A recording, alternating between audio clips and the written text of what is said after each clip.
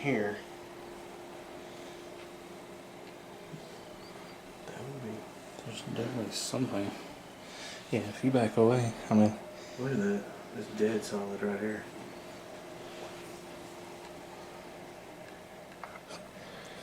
I feel like we're like gonna summon a Megazord or something.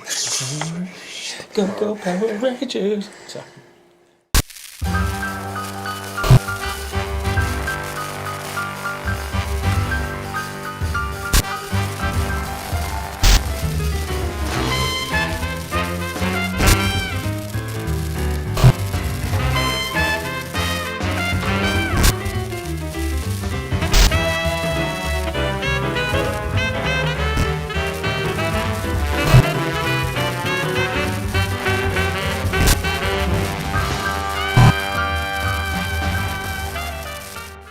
On this episode of Hanging with the Dead, we head out to the Crescent Hotel in Eureka Springs, Arkansas. The hotel was built in 1886 and instantly claimed its first victim.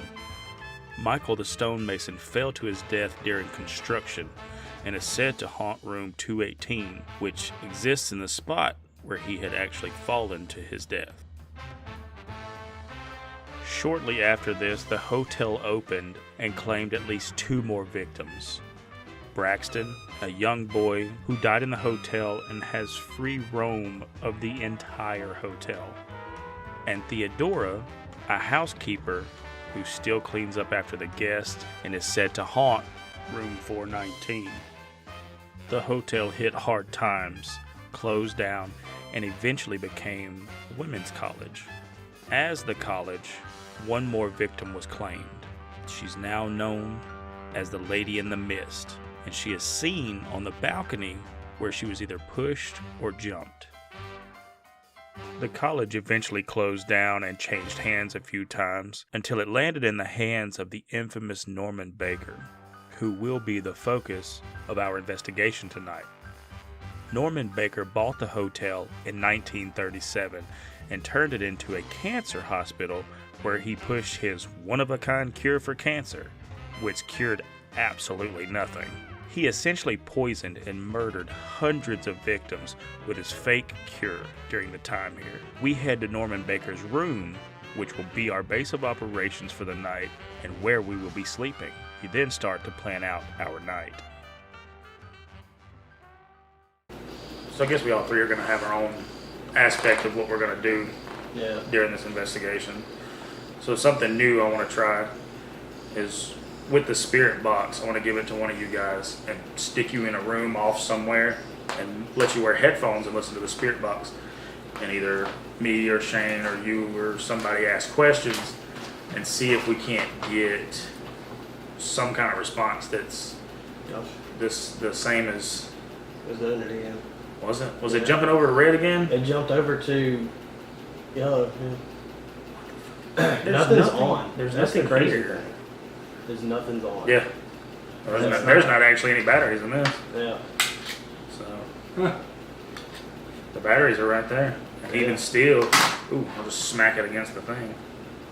There's no... That's wild. My phone. That's weird that it's not doing anything. So. Yeah, just show it for the camera. Yeah. So we've also built a couple of EM pumps that put out, the electromagnetic field to help power the ghosts. Like, we're seeing here, it's the type of power they emit. And I've also designed something I've called a moon water pump. So, if you're familiar with moon water at all, you guys ever? No, not really. So it's big in, energies. So a lot of people, when there's a...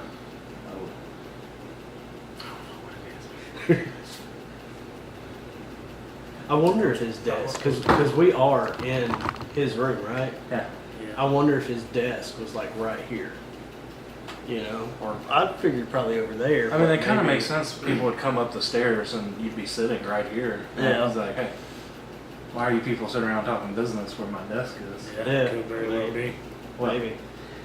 I'm glad you say that because that's where I want to use these energy pumps. So the moon water, you charge it in the light of a full moon, and you put your intent into it, and it's supposed to carry energies to help make this happen. So I've charged this. It was actually water from Hot Springs, which was one of the most haunted places we've been. So I took the water back home, charged it in full moon just a couple weeks ago, and I've put it in this jar with a water pump, which you'll see here, and it's battery powered. And my idea is to push the moon water through this tubing around where we're trying to give a spirit more energy. Because we know the moving water helps with that. It's Hot Springs water and it's moon water. Like everything should help power us up. I've also got the crystals to help lend some power to the spirit. So, Tommy, the reason I'm trying to power up old Norman Baker with electromagnetic stuff, moon water, crystal energy, is because I want you to wear this hospital gown. And I just thought the glasses were funny. I think I'm not wearing that up and down the hallway. No, not down there. In here, in Norman Baker's room. Okay. And pose like a patient that would have been here to see him. Okay. And use all these power sources to lend him that power to treat you. Okay. And you can wear clothes, or I don't. No.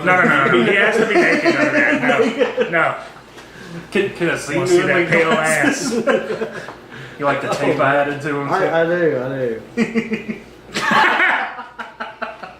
While discussing our plans, we kept getting reading after reading on the EMF detector to the point we didn't even finish discussing everything because obviously the spirits were ready to talk.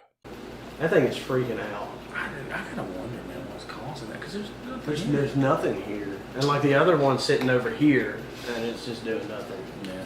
What if you put them? Even when you stick them together, oh, well, yeah, we can do it like that. Yeah. See if they both pick up at the same time. Yeah, that's possible. Yeah. We set up all of the night vision security cameras and start getting ready to explore the hotel. We power on the SLS camera and immediately catch a child-sized figure that appears to be standing behind the stair railing. Could this be Braxton? We then run some SLS and EVP sessions down in the courtyard. Is the girl that fell or jumped from the balcony here?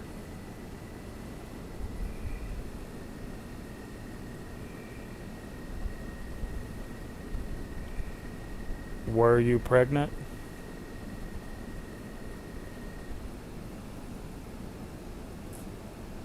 Was it an accident? Not the pregnancy, the jump. Or both. Or both. Who is the shadowy figure that everyone sees behind you?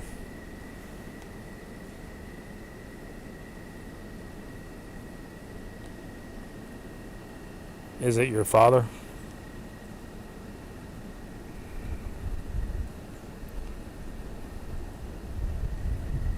Or is it your boyfriend?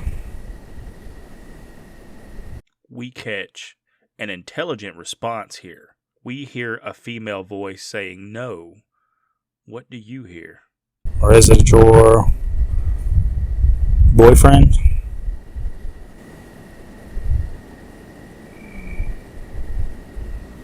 Here it is again. Listen closely. Can we rule out that her boyfriend pushed her? What do you think happened on that fateful night? We then head back to Norman Baker's room. I'm going to send Shane upstairs to the bedroom to wear the headphones in the spirit box while I sat downstairs and read questions or say questions, and hopefully we'll get some kind of response from the spirit box. Shane's just going to shout out whatever he hears. I'm letting him, he's going to wear the headphones because I can't hear the responses from the spirit box. I'm deaf. So that's what we're going to do. We are going to fast forward through most of this session, but we got some pretty interesting responses. Let us know what you think. Norman Baker, if you're here, could you give us some kind of response? Let us know that you're here. We know this was your ensuite. What would you call this? A suite? This is your, call it like a penthouse suite. yeah, this was your penthouse suite.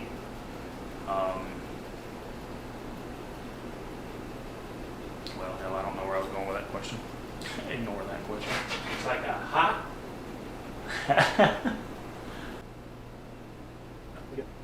No, that's okay. Let's try something. You probably asked about something like this. Is the stonemason Michael here?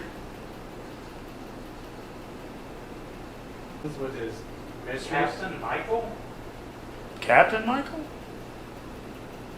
Michael the stonemason? Apparently, he thinks he's a captain. Apparently. He was when he flew off the roof. See, you're Michael? Yeah. Okay, I was just saying. I think that's what I said. Okay. Somebody back in my That's it. I was mason, wasn't it? Oh, mason, wasn't it? Yes, I was I can't even. Is there anyone else here with us?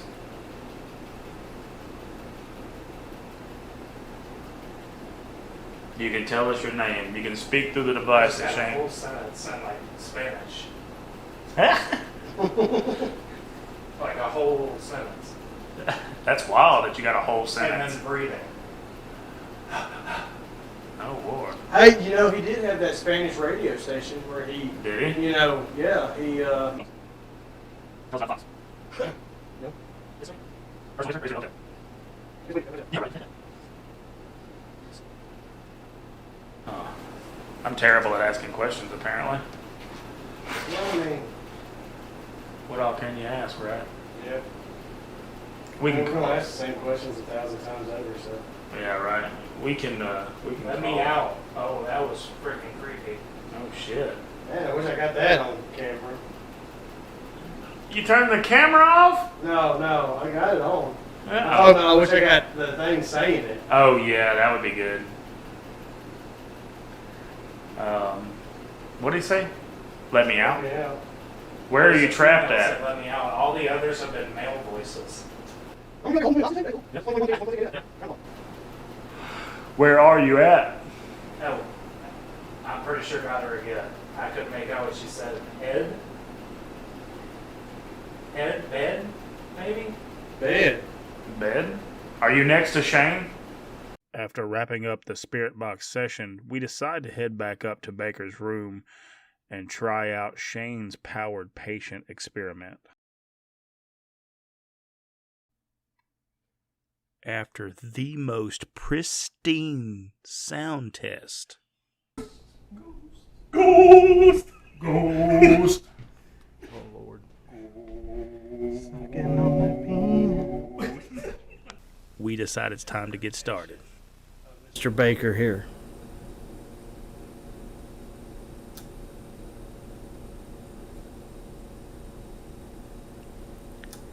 If Mr. Baker's here, what do you think about my outfit? I wore it specially for you.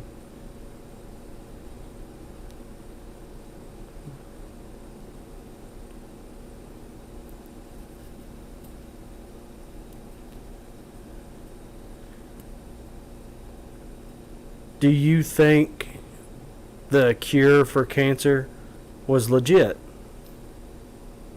Tommy runs an EVP session for a while, and we don't get any responses, so we decide to head down to the jar pit. This pit of jars was discovered in 2019 by the hotel's landscaper while doing some groundwork. The bottles have been dated back to the cancer hospital days, and a lot of the contents are unknown. However, some have been tested and come back with a positive on containing human flesh. There were so many jars that an enclosure was made around the remaining ones in the ground, and the excavated ones were put in the morgue. We decide to run an SLS and an EVP session here to see what we can catch. Are the remains in any of these jars any of the, I'm going to say, victims of Norman Baker?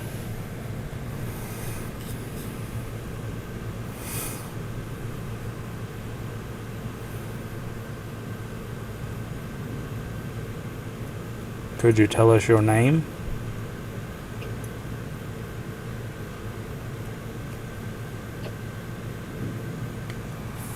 Leaving the jar site, we feel like we're being called to the morgue.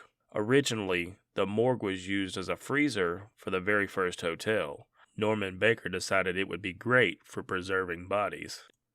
The jars that were excavated from the jar site are now housed here, which could be the reason we were compelled to come here. We run a quick EVP session, but we're more perplexed by the EMF readings all over the morgue.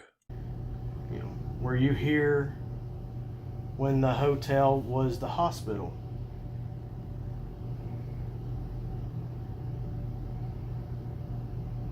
Were you a patient here?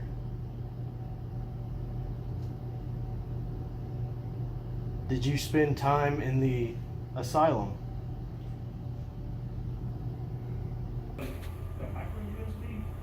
So explain that again. So like, here I have 3. Uh-huh. Right? We got yellow.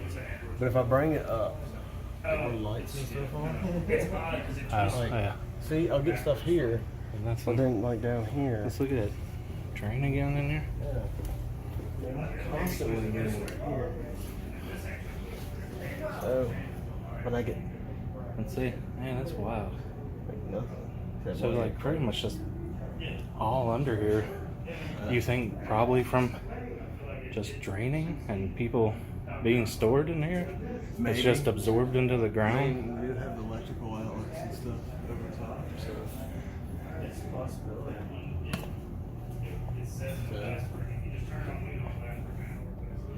Because you even got it in the walk-in, right? Yeah, like it hit there, and then like it there. So, but the further I get in, oh, here. It's like Yeah. cork. So when This is wild. so What we find most interesting about these readings is that major ghost hunting television shows have investigated this morgue before us and got absolutely no readings. But they investigated before the jars were moved in during 2019. What could possibly be causing these fluctuations? Are the spirits restless? Hopefully that's what we're here to find out. We finished out the night roaming the hotel, getting readings all over that we could not explain, no matter how hard we tried. This was one of the most intriguing investigations we have had to date. We left with some great evidence and had some even greater experiences. If you ever go to the Crescent Hotel, make sure you take the midnight tour. Dr. Fillmore Graves, you were excellent. But with that being said, ladies and gentlemen, these were just our thoughts and experiences. Let us know what you think.